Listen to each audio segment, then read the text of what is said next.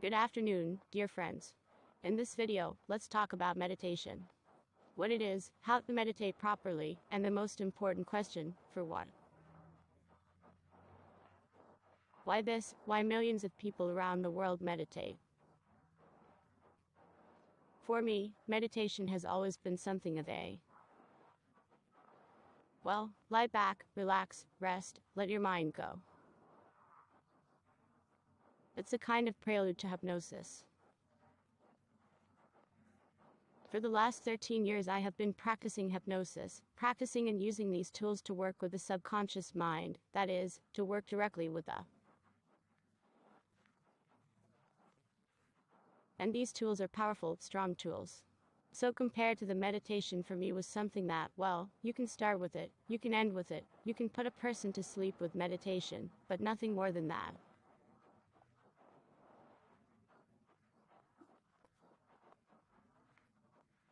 And so what I learned this year, when I visited a Buddhist temple, of course, it has fundamentally changed my idea not only about meditation, but about the world in general, about the essence of man, about awareness.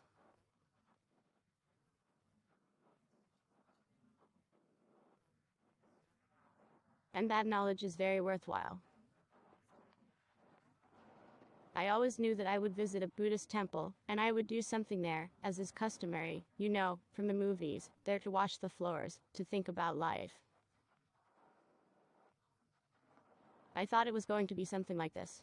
But after being there and learning what people do there from birth to death every day for 5, 6, 10 hours a day, I realized that this is where I should have started my life.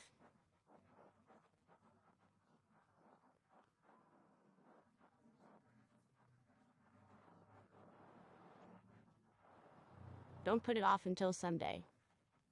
Very interested in what they're doing there, no. And that's the kind of skill you have to start with.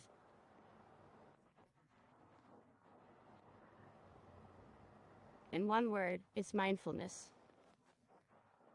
Awareness for those people who don't encounter it, it may not mean much yet.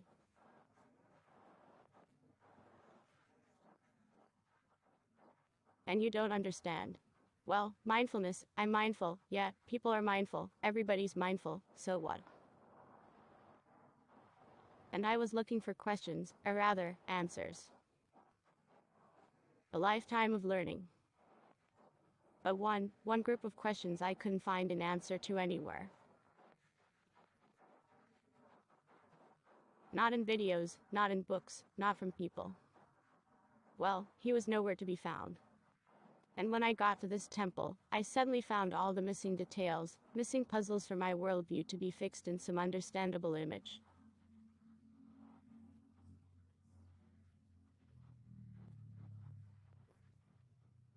I found these details missing. I realized what the point was. I always need to know what is the point of this activity, these actions, everything. And that's where the meaning opened up for me, and I was pleasantly surprised, I was shocked, and of course it was life-changing. My life every day. Now since this day I do it, I try to do it in all canons correctly, and in this video, I will try to convey it all to you in an accessible language, so that to some extent you can also use it for yourself.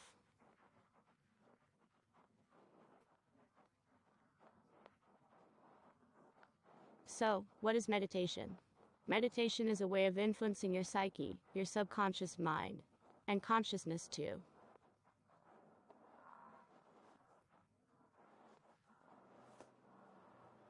If we just talk about meditations that anyone can access, this included, for example, on YouTube meditation before bedtime. Headphones and everything and the man falls asleep. Great, I love meditation. It helps me sleep. If you explain it in such primitive terms, then that's what people think of it.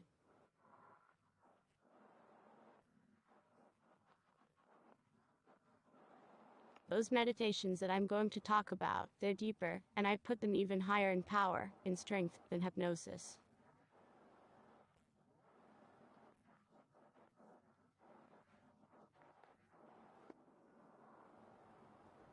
Because hypnosis is an influence on the subconscious mind, suggestion or self-hypnosis.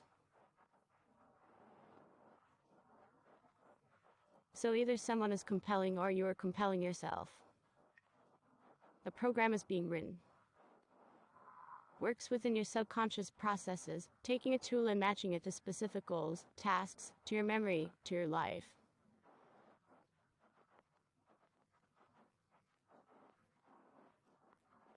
That is where communication is being built, so to speak. Meditation. This meditation that I'm talking about is higher than that, and it's more complicated.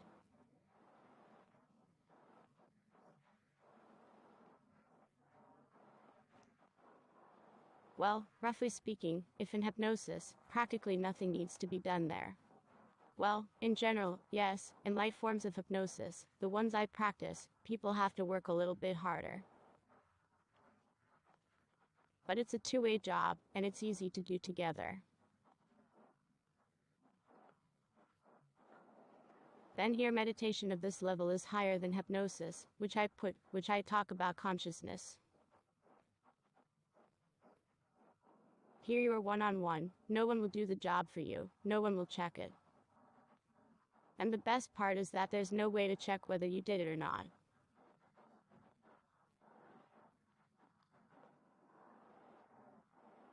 But the results are on a whole other level. So if with hypnosis it's like a kind of medicine or something, you're given, here's the hypnosis, here's the medicine for you. Here's a cure for your goals, apply there once a day, and be happy, you'll achieve your goals. That's where it's a cure in itself, but it's more about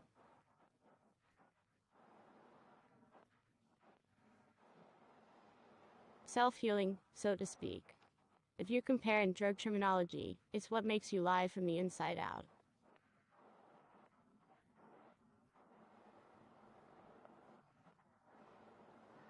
Now, so that you don't turn off the video with the words, okay, I get it, I'll try to explain why you need to meditate right away so you don't quit.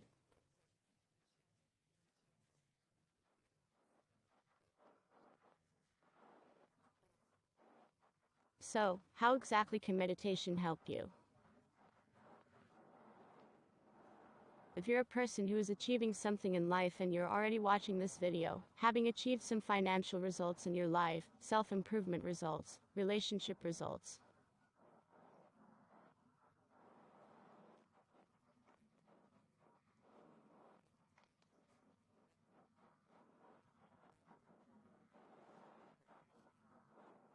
in general, if you are on a path where you are evolving rather than standing still or degenerating, meditation is the crown of all your improvement.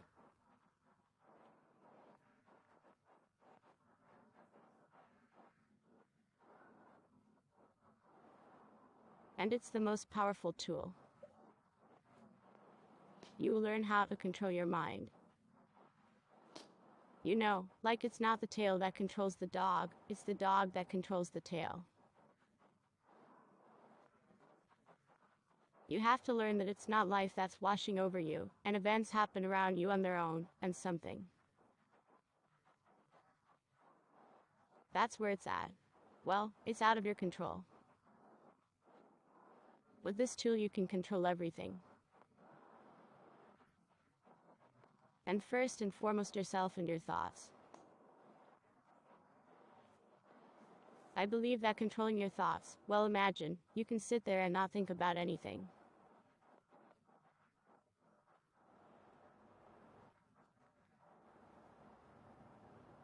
Just for a minute. Can you do that? It's a very simple action, but it's the most unrealistically difficult. This is essentially what mindfulness meditation teaches.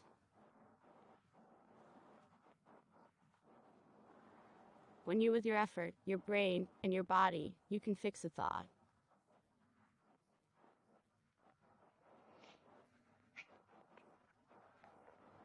You can control the thought.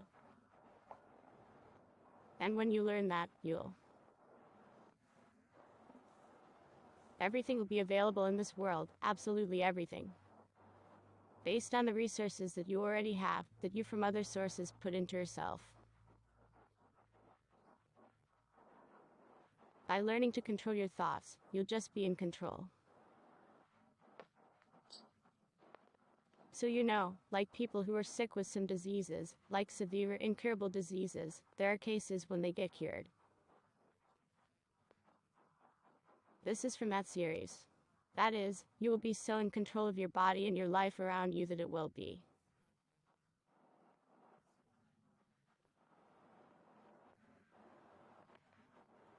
Quantum transformation of your life. So to whoever is interested, I recommend certainly taking that into your life and doing it every day, like every day we eat and every day we drink.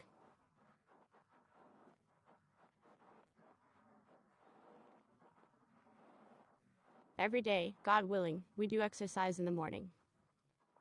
And it's impossible to exercise once, yes, and that's it, for life. I've got nice abs, I'm skinny there, slim. It doesn't work that way. This should be done regularly every day. And clearing your brain, your thoughts, working with that's right there. You need to do this as often as possible and incorporate this practice into your life every day to stay relaxed. You know how you use your phone and at some point the memory gets clogged, it starts to slow down, dumb. And this work, this mindfulness meditation, it's like a reboot. Like just powerful phone updates and don't know when you update and everything is straight up flying, works perfectly and everything is clear.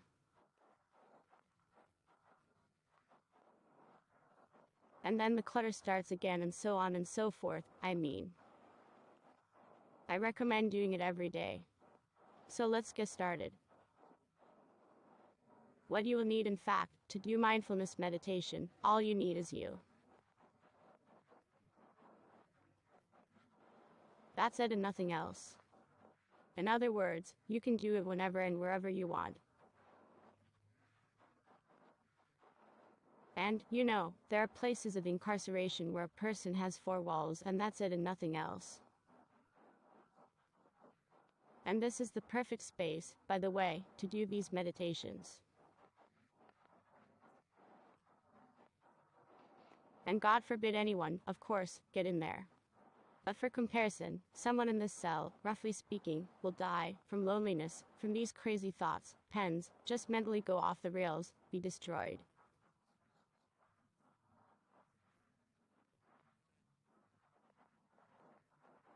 And another person, who either intuitively understands, or still has knowledge about it, about meditations, about thought control, he can just sit in lotus posture for the whole period of time, and come out as a Superman from there.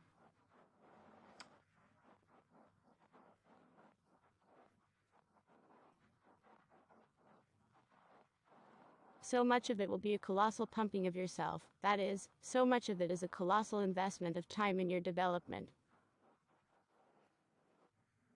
To remember to say old age, youth, longevity. It's this way, too. You feel like you're wasting your time for, 5 minutes. For 5 whole minutes, I'll sit there and think about nothing. It's a madhouse. You can do there, go out, iron things, wash dishes, change clothes, with a friend, chat, watch a TV series. And the whole. But you don't have to do it for 5 minutes, at least half an hour, even a full half hour. Why would I waste my time? In fact, this running around like a squirrel in a wheel back and forth to go, there to smoke, to go out, there to run away, it drives you very quickly to the point of death.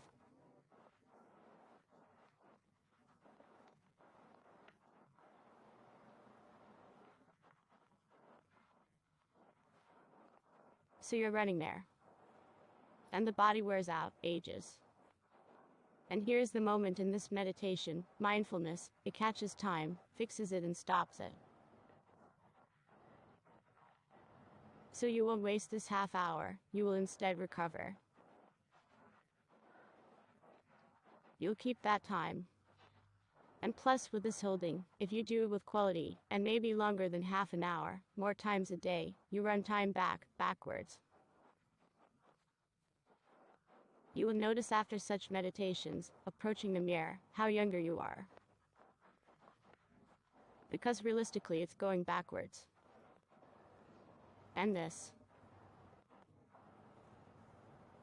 No way to explain it scientifically, at least to date. But that's the way it is. It just has to be felt and understood, that is, at the level of the senses. That's why Buddhist monks live so long, 200 years.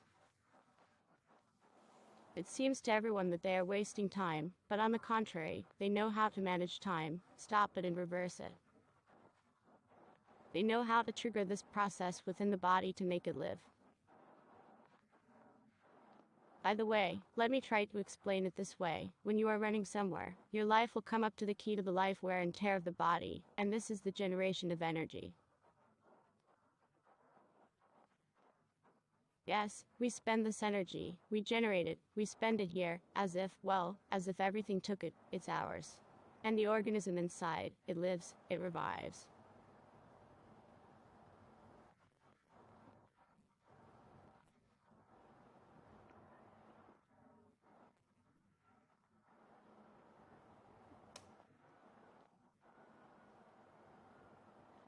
So here we are running in kind of a drift, life carries us.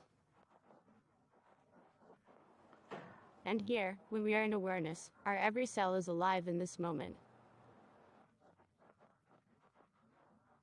I mean, how else do you explain it? Let loose, that's all. Once again, for the final time, I explain, because it is very important, and the problem of longevity is very important. It has always, at all times, worried everyone.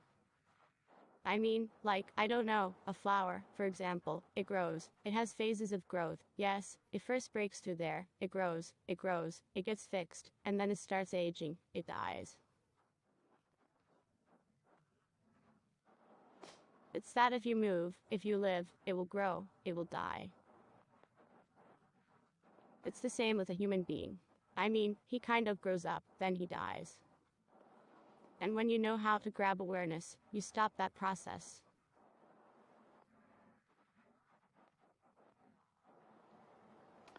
Just stop and fix it, that's it, you don't age any further. And that's the way, that's what meditation is for. It probably got very long, but I tried to explain. Let's get down to what it will take to do quality, good meditation. And once again, it's all yourself. And you know, when I left Bali, I had this possibility that the luggage I would not be able to take.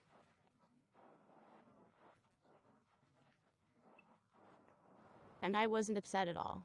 Because the most important thing from this trip is with me. That's me.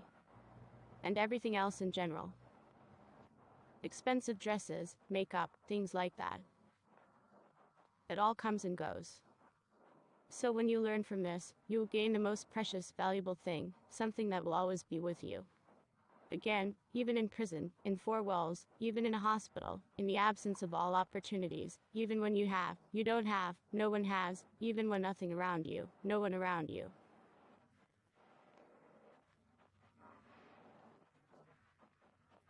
But the most important thing is you. And so when you realize that you have you, then everything else will be very easy, and everything will happen the way you want it to happen.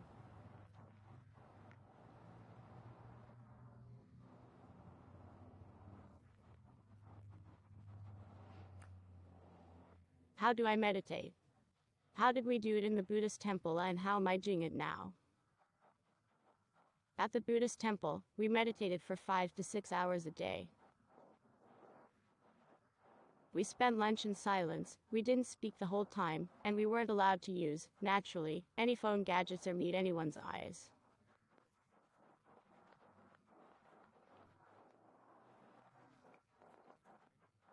We had a schedule, we had a teacher, we had places where we did what we did and we went there. We were fed twice a day. It was breakfast and lunch with no dinner. Water, of course, is freely available. And by the way, I'll make a separate video about nutrition, but I'll mention here that after these meditations at the Buddhist temple, I've kept this regimen where I have breakfast and lunch.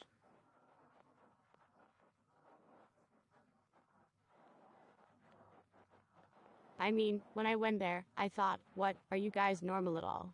How can you even survive with 2 meals a day? But lo and behold, so much everything turned around. So much things came to me that didn't come to me in other ways.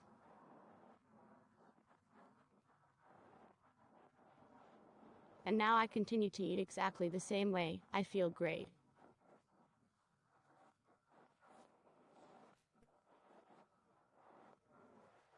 In a Buddhist temple. We had a Russian teacher, so she explained everything in Russian. So there's no that I misunderstood something or understood it in my own way. I'm passing it on to you as if it were from the source. Posture and location. Let's start with this. As you can see, the video has been going on for a long time and I don't change the pose, I have it fixed.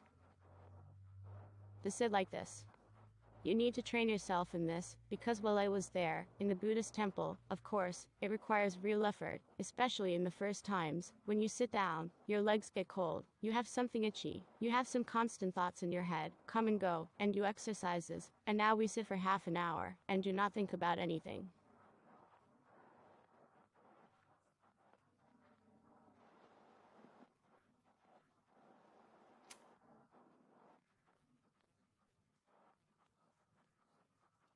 Just unrealistic, complicated, just unrealistic.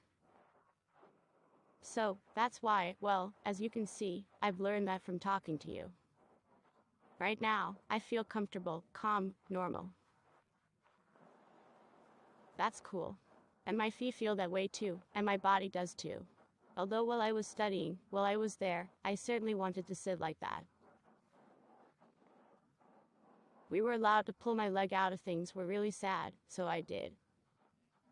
But by the end of training, of course, I had already gotten my body into the right shape, and that came. Myself.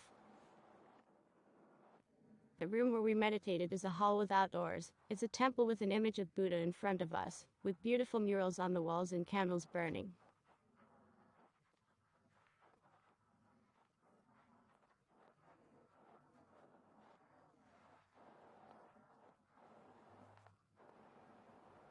We're sitting on cushions. By the way, the pads are easier to sit on. See, I even sat down today without a pad somehow. It's always easier to sit on the pads. Some need more of them, some need less. Some put pads under their knees to keep their legs up. I was seriously worried about whether the body would get tired. I mean, isn't it bad for your knees, for your joints? Because I have a little bit of a knee problem, sports injuries. And no, actually, yes, everything whined, everything hurt, everything was creepy, scary, painful. I've been through the pain. But it's actually fine now, and I don't have any problems about it.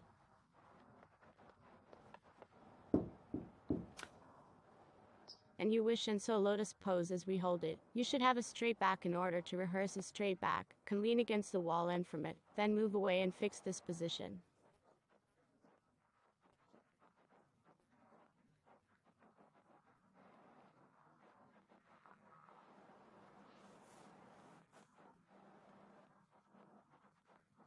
Further, the abdomen should be relaxed, the position of a flat body, so that if you have seen pictures that we have chakras located there along the spine, that they all open, and each of them is responsible for its own level there.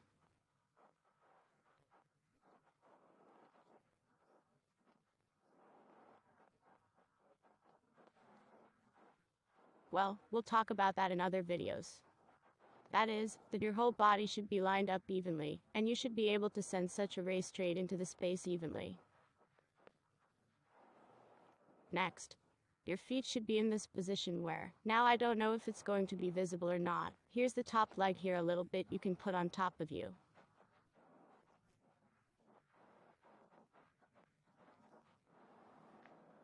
That's it.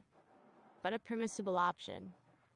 But Buddha himself sits like this, and so I also decided to sit like Buddha, initially practicing as I should. The top leg is on top. The hands should be palms up. But then again, other options can be utilized. I sat like this. Now, of course, I do that. And we can put our fingers together. We don't have to connect. I'm not connecting. Perhaps a little later I'll come around to connecting. Back straight, breathing. That's our pose. The clothes we should be wearing. It should be comfortable, made of natural materials and light-colored. It is desirable that they were not leggings, not tights, not something synthetic, but something made of linen, cotton.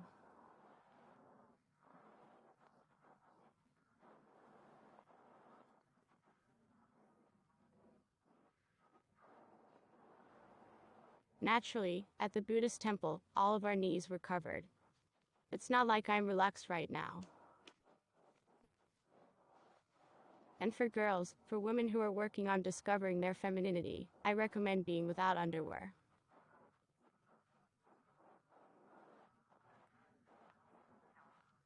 So you have some kind of outerwear, maybe a long dress. I wore a long dress to the temple. And so just clothes, but no underwear. What's the point of no underwear? In that, if you are in the business of pumping feminine energy, you will benefit from this. But that's not what this is about right now. It's just like a little detail. Next is the hair. Preferably they should be loose, not tight in any way, in some kind of knots.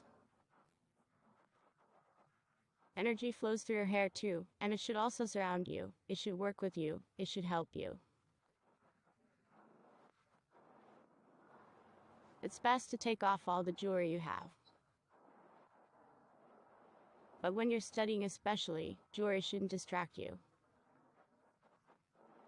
I mean, try to take off your jewelry and you'll feel like you're naked.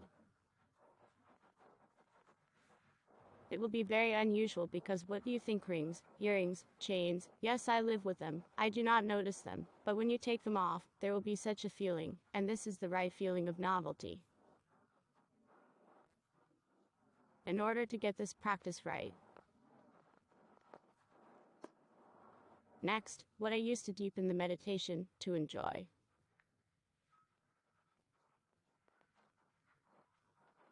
At the Buddhist temple, it was straight work, work, work. It was a very powerful teaching. Now in my daily life I do it for pleasure, for joy. And I love it. And I'm already surrounding my meditation with something nice. That's why I have headphones now. For music, music for meditation. Enter in contact, in YouTube and all, and let the whole world wait, especially if there are some sounds on the street or there are children and neighbors who can create such like this.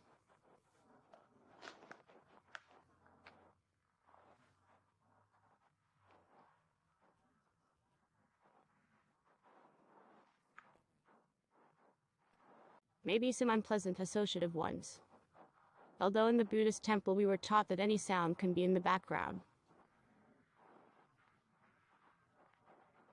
Naturally, we were without headphones. And that sound just needs to be understood. There he is. That's it. And it should have no coloring. Good sound, bad sound, you like it, you don't like it. There's no need to describe it. It's just that during meditation you become aware of that sound. That's it. You're kind of looking at him. Looked at it, okay, put it all away, and then you should have silence in your head again.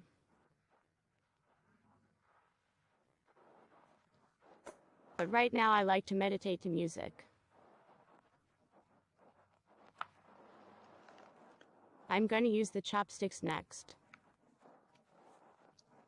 I've got one of those bally things. I bought myself some sticks, and that's how I'm going to keep these veins. That's what I call them.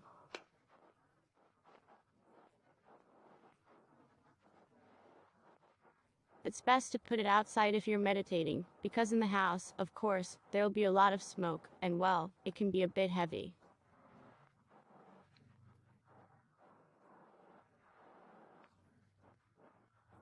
You could get dizzy, blood pressure, get sick, something else. You don't have to breathe it. You want a light odor, some kind of haze. Here it was somewhere, but out in the open. So I only recommend this to be used outdoors.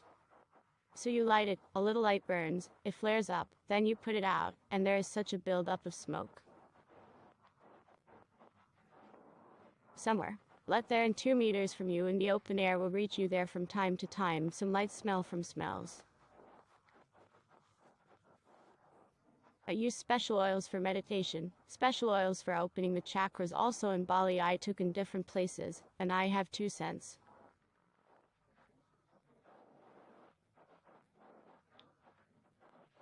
The first scent I apply is right here.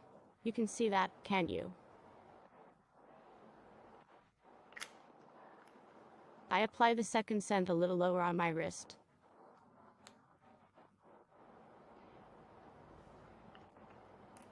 And I'll keep grinding. I grind and take a breath. I'm inhaling one odor. Once you have inhaled the aroma of the oils, you are ready to meditate. I also have, of course, a small image of Buddha. And I'm putting it somewhere nearby here for him to be present. It's like such a little god, the god of meditation. Here you go. That's the way it is with me right now. Meditation.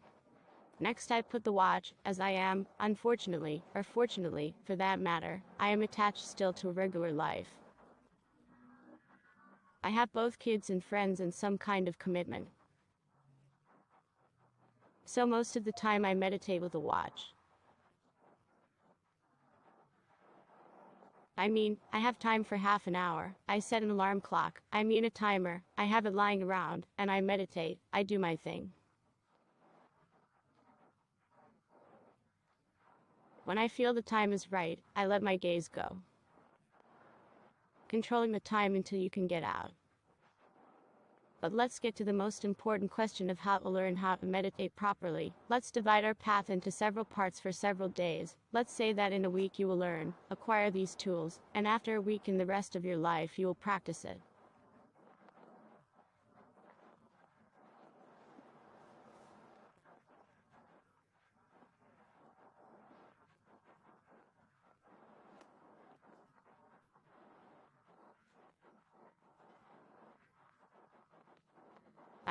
I don't know. You went to barber school, you were taught, but that doesn't mean you're going to be good at cutting hair.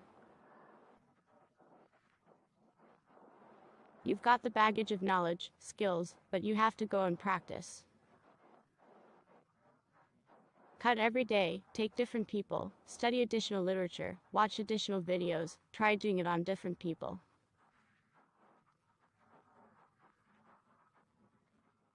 So, in other words, I'm going to tell you how to get to that level, what you need to do.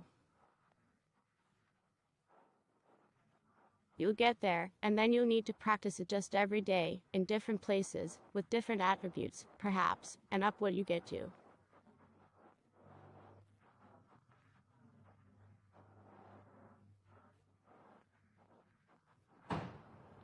It's to enjoy it. It's to not think, God, when is this time going to end? How it's going to be at first.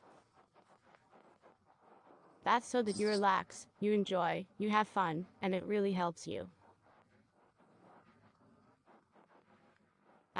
It's such a reboot. You know, the way people quit smoking, for example. That's a little meditation right there. So they themselves, without realizing it, they go into meditation, into rebooting. So small. An uncontrollable but nonetheless small reboot. It's when, for example, in a relationship, a man and a woman are fighting and that's it. One realizes he needs to leave urgently. He leaves. It's all a reboot. Yes, that is also uncontrollable. He doesn't go into meditation like I'm going to teach you, but he goes there to make up his mind with his girlfriends, socializes, walks, drinks, watches TV. Something else, uncontrolled meditation is present in almost everyone.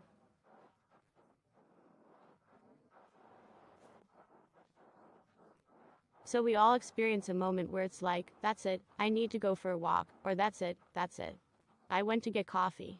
And so these are little escapes, such, you might say, from monotonous work. These are little meditations. Now I'm going to teach you how to do it, not on an amateur level, on a child's level, yes, but on a professional level, so that it gives other results.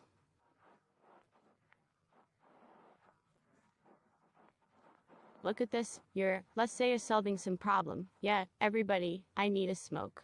You go out, you smoke, you come back, and you decide again, back into the same swamp, and the same thoughts again, and all that kind of spinning.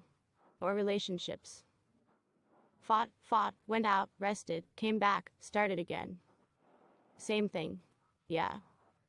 It's kind of like that, an exit without an exit, short term. And when you learn to meditate as I am going to teach you now with awareness, then when you go into meditation in some unclear situation, you will come back with fresh ideas, fresh thoughts, rested, restored and ready to think rationally, to move on.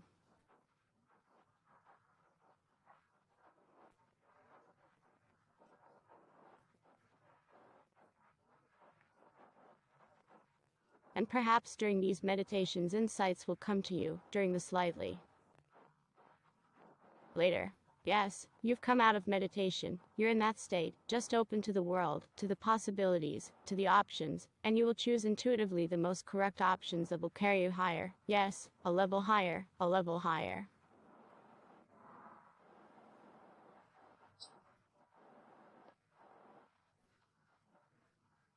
Here, that's why what I'm teaching you, it's worth a lot. Very much so. It's simply the most important skill in life. And it's too bad it's not taught in schools or something. That's why they don't teach it, so it's easy to control the masses. Because you're not in control here, you're on your own. You're on your own, and in control of your own life. Not all people are ready for that, by the way. Some people find it more comfortable and easier to be controlled by someone. So, let's go back to meditation. How do you do it? First day. What's going to happen?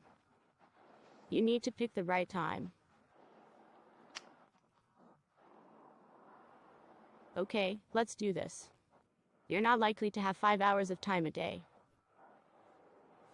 Let's take it a half hour at a time. When you are ready for an hour, at any stage, then make it an hour. If you want to do more, you will have the fervor to do it more. Do it for half an hour at a time, but with breaks. There we rested, ate, walked around, then we can do it again, if possible. Like in a Buddhist temple, we have a 6:30 rise.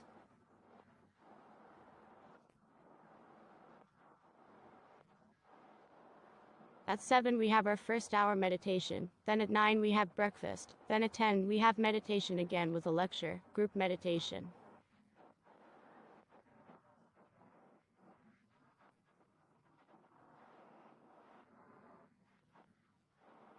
After that we are released for individual, that is, we each find a time and place with ourselves and meditate for another hour.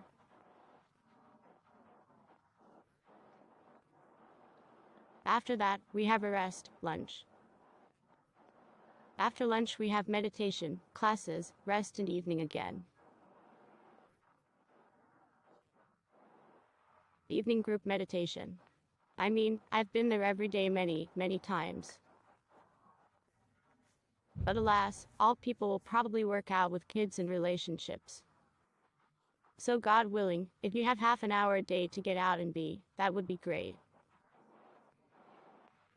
Ideally, this should be done in the morning. Because in the evening, it's about something else entirely. It's about resting, calming down.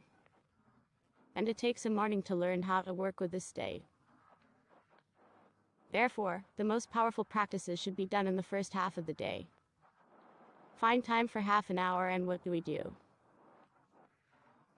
You sit in this pose, align yourself as I taught you, and on the first day you have to find an object in front of you at eye level.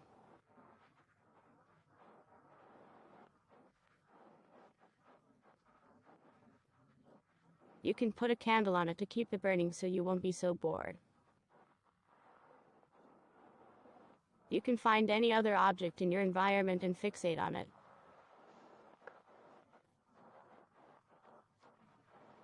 All meditations are done with eyes open. Although everyone's used to me lying down and falling asleep and that's it, yeah, that's it. But actually good mindful meditation is done with eyes open. It's even harder and you can't get stuck.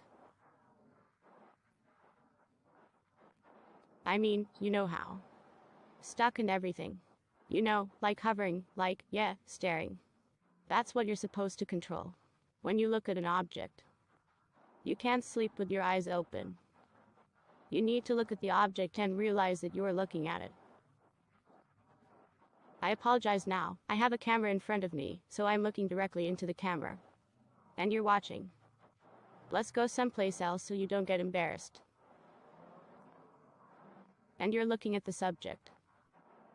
And if you feel that you are lost, fall asleep with your eyes open, get stuck, then you must regain your awareness and look at the object again. You don't have to grade the subject. What it is, what shape it is, what happens to it, and how I would interact with it, some other items from your life on this topic to recall. You don't have to think about anything at all. You're looking at him. And most importantly, the word you have to help yourself at times like this, when you are lost, contemplate. I'm contemplating. That's it, no appraisal work. What kind of subject is that? Nothing, just contemplation. And so on the first day you need to learn to contemplate. So you look at an object and just stare at it. Naturally, if any thoughts come into your head, you need to learn from the first days to put them away.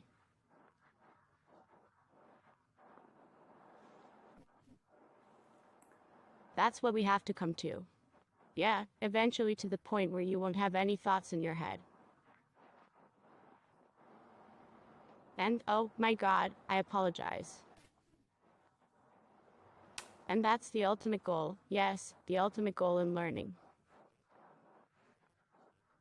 When you learn that, that's it, then the next level, God is called, I control the world. Yes, this is the skill when you can keep your consciousness open with the help of willpower. You are conscious, yes, you understand everything, you see, you hear, and you have no thoughts in your head.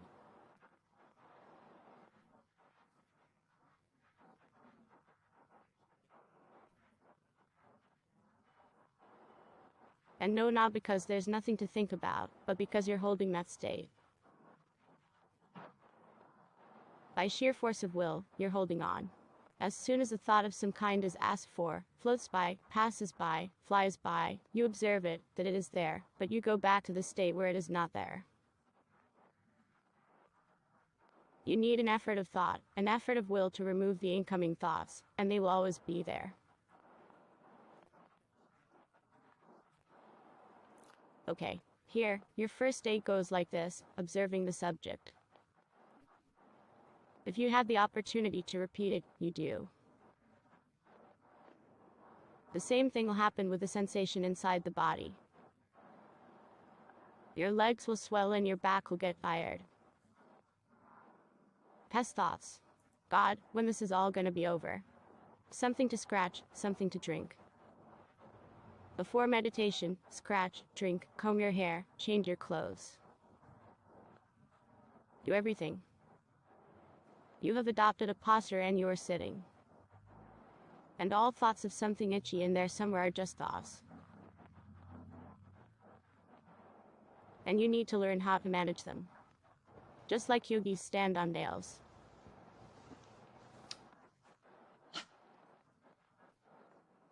Here's two people, one yogi, one non-yogi. They're the same people.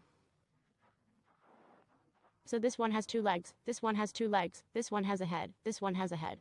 Only this one can stand on nails for a very long time, and this one can't because it's impossible. And the only difference is who knows how to manage that pain in their head. The yogi knows how to fix the pain and, let's say, take it away. And the average person doesn't know how to do that, okay. That's why it's unrealistic for him to stand on nails. And that applies to anything, any pain, any mental distress, internal, depression. That is, someone just goes with the flow, and life twists and turns him as it wishes. And someone can fix it, realize it, see it from above, and do whatever you want. For example, remove, clean, move, replace with something else. That is, with this powerful tool for managing your thoughts, you will learn to manage everything in your life.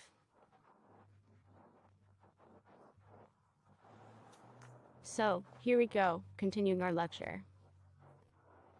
I knew it would be long, but those who need it, they'll finish it, they'll listen to it, they'll deconsider it, because it's very valuable information.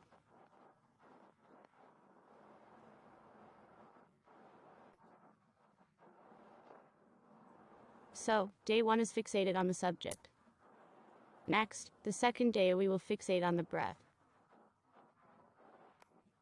So you, just like the second day you sit down, you pick a subject. In the same way, tune into the meditation, the position of the feet, the position of the hands. You fixate on an object, time it, and go. There. Exhale and you accompany each inhale and exhale with your attention. You don't have to try to somehow breathe deeply or breathe through your nose or mouth or whatever. Your mouth is slightly open and you breathe quietly and observe your breathing.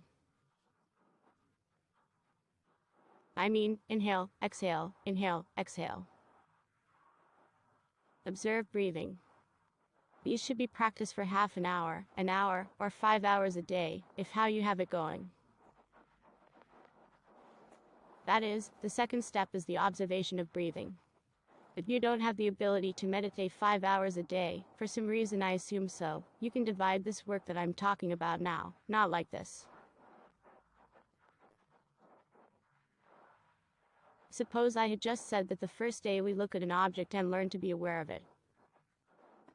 And you can look at it the second, and third, and fourth day until you don't understand it, until it doesn't work out. Likewise with the second level is breathing. You can do it in one day, or you can do it several days in a row. Well, what's the hurry? You have your whole life ahead of you.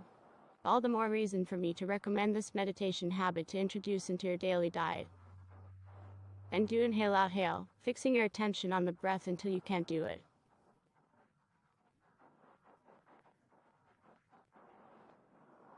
The next thing you do on the third level, when you learn this, is you focus internally on sensations.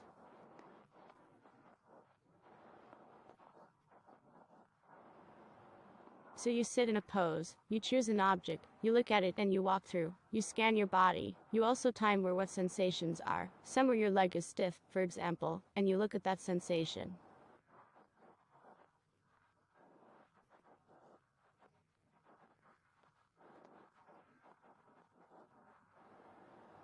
Moving forward. Elsewhere you have a different experience. Somewhere else. Somewhere in there, the fabric fits snugly against the body. There's a ring somewhere. There's something itchy in there somewhere. Somewhere feelings can include sadness, joy, sadness, longing.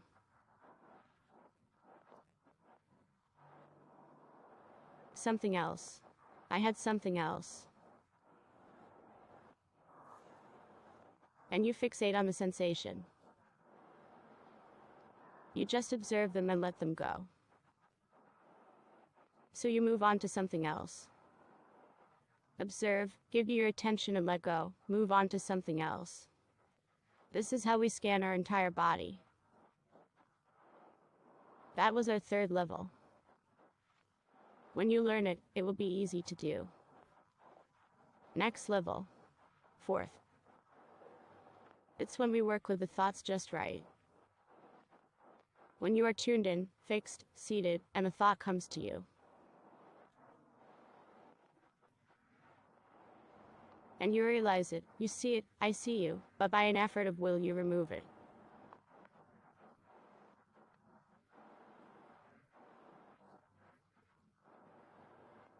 The next thought comes, you realize it's there, and you put it away. Your job. To catch that gap of time between thoughts in the void, and hold it for as long as possible. That's the point of mindfulness. To hold on to it as long as possible, that gap. Then a new thought comes, again we fix it and put it away. And in this way we work through the whole meditation. After a while, you'll realize that all these skills we did in the levels can be applied one time.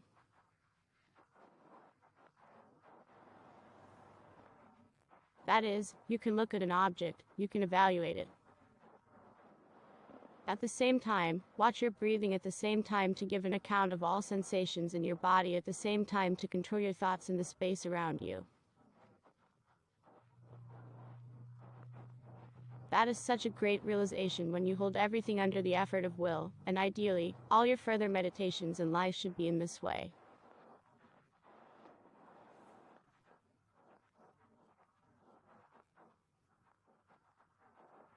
So you sat down and all and flew.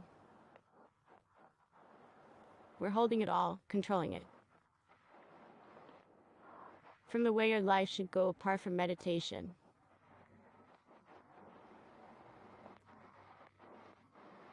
Meditate, yeah, and you don't have to get on the phone or go to work or anything.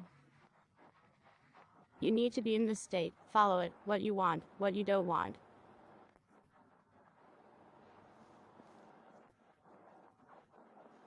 Who are used to running all the time in life, it will be unrealistic for them. This difficult task is to learn to meditate.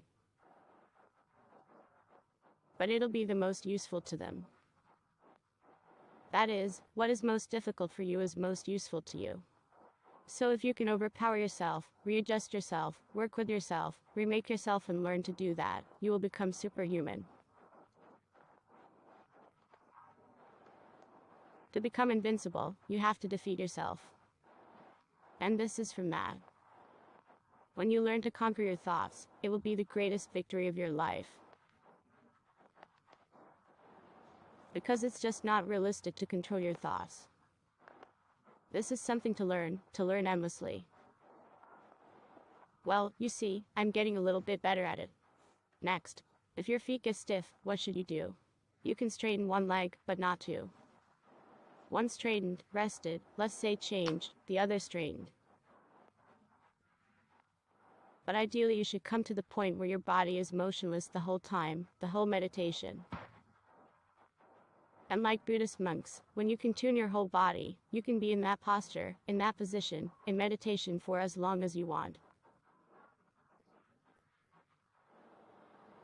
And don't forget, it's not a waste of time, it's the opposite of time fixing. It doesn't ebb and flow, and the body doesn't age in any way. At this moment, you're fixing, at the very least you're keeping the aging, decomposition processes at bay. You're fixed and you keep going from there. Someone can turn back time. Preferably, of course, don't use phones before, after, during, and cut down on phone use altogether. It's like information garbage that clogs the mind. And then you go out and meditate, you purify yourself. It's like having a beer, smoking, and then going for a walk in the woods. Then drink beer again, smoke, then walk through the woods again, get some fresh air. It's kind of a pointless cycle, to be honest. Same with the gadgets. If you use them, TikToks, YouTubes, social media endless, it's all garbage.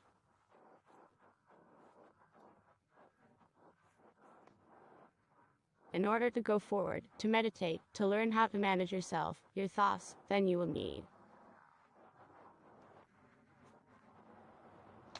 to surround the accompanying life with the same. That's why we keep gadgets to a minimum, to some messages that are very necessary. cleaning up the social circle. You don't need to socialize with toxic people, people who achieve nothing in life, strive for nothing, just exist to degrade. These people need to get out of your life, clear your space. If someone is tormenting you, you need to get away from it. If you don't like something, you need to change it. Tolerance is not necessary. You're entitled to everything in this life. You deserve better. So make your life what you need it to be. About nutrition, I'll also say this. The system teaches us to cram food into ourselves. Breakfast, lunch, dinner, second breakfast, second noon, second dinner, second supper, third supper, and you can't the feeling of hunger tolerate hunger. You need to eat something. In sports nutrition, there too, eat, lots, eat everything. And addictions to food, to fast food, to sweets, to salt, it's all garbage.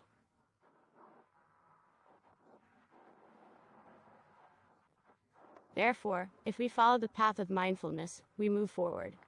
This food has to be controlled too. I had a sweet tooth yesterday, for example, but that was in the last probably month and a half.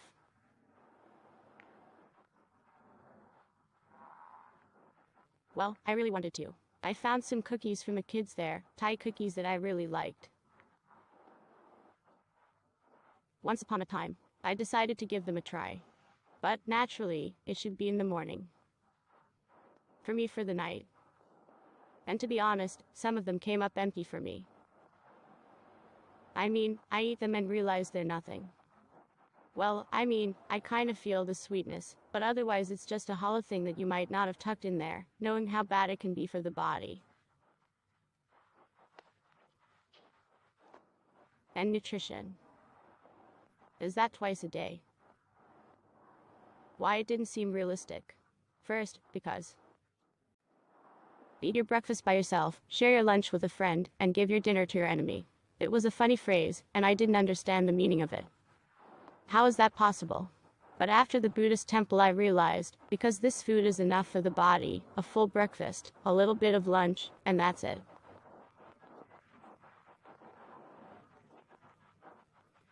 The rest of the time, sometime after 2 p.m., I don't eat. I've been starving for a year. And there's nothing wrong with fasting. You know, there's an expression called therapeutic fasting. All diseases are more likely to arise from eating than from starvation. They're cured. And all food in the afternoon is more prone to slow decomposition. Something may be left overnight rotting. Then there are problems 1, 2, 3. And overweight, and with all the organs inside. Well, thank God it came to me, and I realized it was possible to do that when you realize that yes, it was possible to do that. One can miss feeling of hunger in the same way that we in meditation learn to become aware of sensations. For example, the leg got swollen and removed. It's the same with hunger. You learn that feeling of hunger, but it's there. Well, it's kind of okay. It's like this. And that's it, we took him out. That is, as if it is there, and we recognize it for what it is. And with meditation, with willpower, with thoughts, we can control this process. You have to realize that nothing bad is going to happen to you. You're not going to die.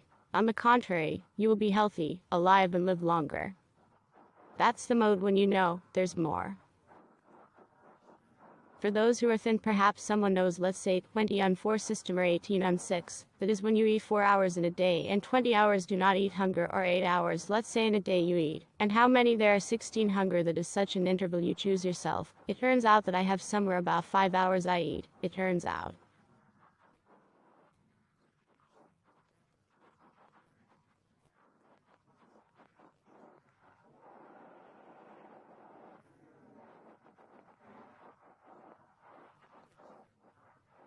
I have breakfast, then lunch.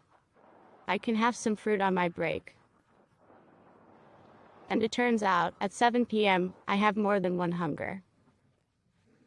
You get used to it. If you are practicing mindfulness, then for you hunger is the same mindfulness, the same practice. And I started doing it not to lose weight or anything, but just as a continued practice. So you have meditated, you have come out, and you continue to be aware of yourself in real life. I'm not just throwing in a bedtime meal or some fatty, salty food right now. Why? I mean, I'm conscious of everything I do. You taste food differently. You're not just mindlessly chowing down, you're eating to satisfy your hunger. You feel it, that hunger is satisfied gradually. And so it's worth it. It's such a huge life change when you approach everything consciously.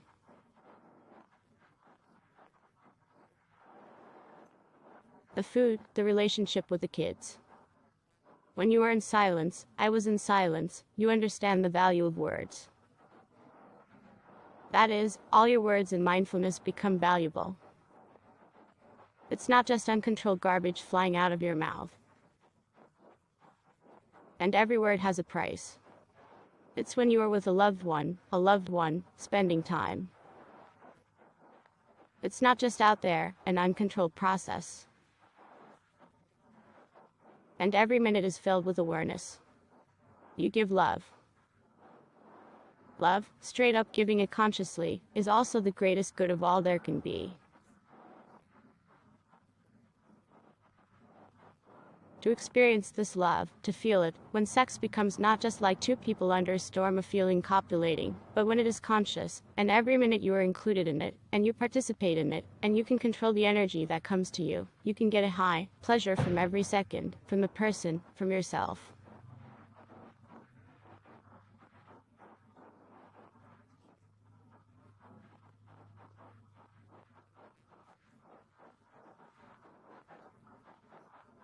And it's a very different perception of the world. So I sincerely wish everyone to learn to use it. It is a priceless gift, and it cannot be taken from any other place. It is only inside of you that you can cultivate it and live in awareness. It means to manage your life. It means to live perhaps. If you are just at the beginning of the path, you will not pay much attention to these words.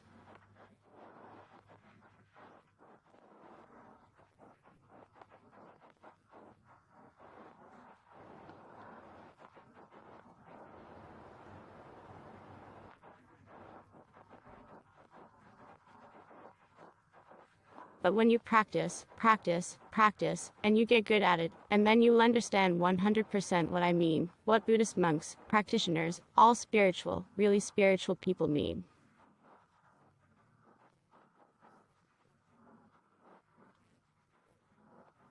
They came into it and, God willing, they are now on a conscious level helping people, which is what I do.